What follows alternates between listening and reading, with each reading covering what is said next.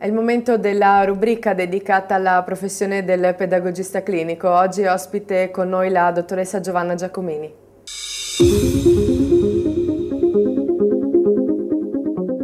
Ben ritrovati alla rubrica dedicata ai pedagogisti clinici. Oggi parliamo della vita di coppia dopo aver affrontato situazioni di infanzia e adolescenza. Una vita di coppia che non sempre è rose e fiori. Ne parliamo con la pedagogista dottoressa Giovanna Giacomini. Allora, cerchiamo un po' di esplorare le fasi evolutive dall'inizio alla fine della vita di coppia. Certo. Allora, diciamo che la coppia attraversa varie fasi evolutive esattamente come l'individuo, per cui si evolve lungo un continuum di cui però i soggetti spesso non sono consapevoli. La coppia quindi affronta un processo che è un processo di cambiamento, spesso però questo stesso cambiamento può essere occasione anche di crisi per la coppia. Abbiamo una prima fase di sviluppo e di crescita della coppia che è la formazione stessa della coppia, quindi quando due individui si incontrano e decidono proprio di unirsi, di diventare un qualcosa di diverso, di unico. In questa fase ci sono dei momenti di criticità e dei momenti di cambiamento. Ecco, soprattutto possiamo individuare alcuni momenti cruciali che sono il fatto di staccarsi da quella che è una famiglia di origine, quindi di essere portatori di valori familiari e sociali differenti che i due individui devono fare propri, quindi darsi delle regole di coppia, quindi la costituzione di un'identità diversa, unica. Accanto a questo naturalmente abbiamo ovviamente l'inserimento del partner in quella che sono le relazioni parentali e amicali dell'altro, momento molto importante anche quello della vita sessuale della coppia.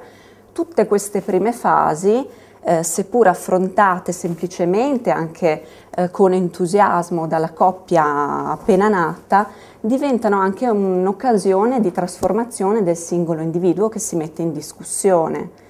Successivamente le tappe evolutive di una coppia si possono far coincidere con dei momenti significativi, tra cui ricordiamo sicuramente il momento della convivenza o del matrimonio, che rappresentano proprio il distacco dalla famiglia di origine, e la nascita di un figlio, che è un momento assolutamente cruciale nella vita di una coppia e altamente critico per i due membri della coppia, ma anche la coppia ormai matura e consolidata, che è una coppia che si deve riscoprire come coppia, al di là della sua funzione genitoriale, che ormai è superata, per arrivare, diciamo, alla fine a quella che è la coppia matura, la coppia adulta, che un po' vede cambiare il suo ruolo generazionale, affrontare dei momenti che possono essere dei momenti difficili,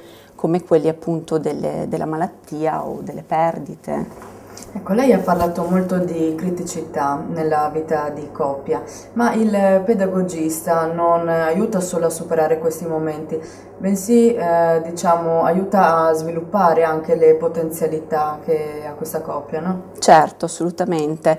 Il ruolo del pedagogista clinico è appunto quello di accompagnare la coppia lungo questo continuum, quindi in un processo di crescita della coppia, quindi il focus dell'attenzione si sposta proprio dai momenti di criticità e basta, semplicemente quelli, a invece quelle che sono le potenzialità della coppia stessa. Quindi il pedagogista clinico come mediatore, mediare nel senso proprio di educare all'armonia. Ecco, questo è il ruolo principale del pedagogista clinico, che aiuta appunto la coppia e sottolinea questi momenti di cambiamento, dando una nuova opportunità ai membri della coppia stessa, quindi di sapersi ripensare in un presente di condivisione e di scambio tra i due membri della coppia. Grazie dottoressa Giacomini per il suo intervento, noi ci rivediamo la prossima settimana per l'ultimo appuntamento con la rubrica dedicata al pedagogista clinico.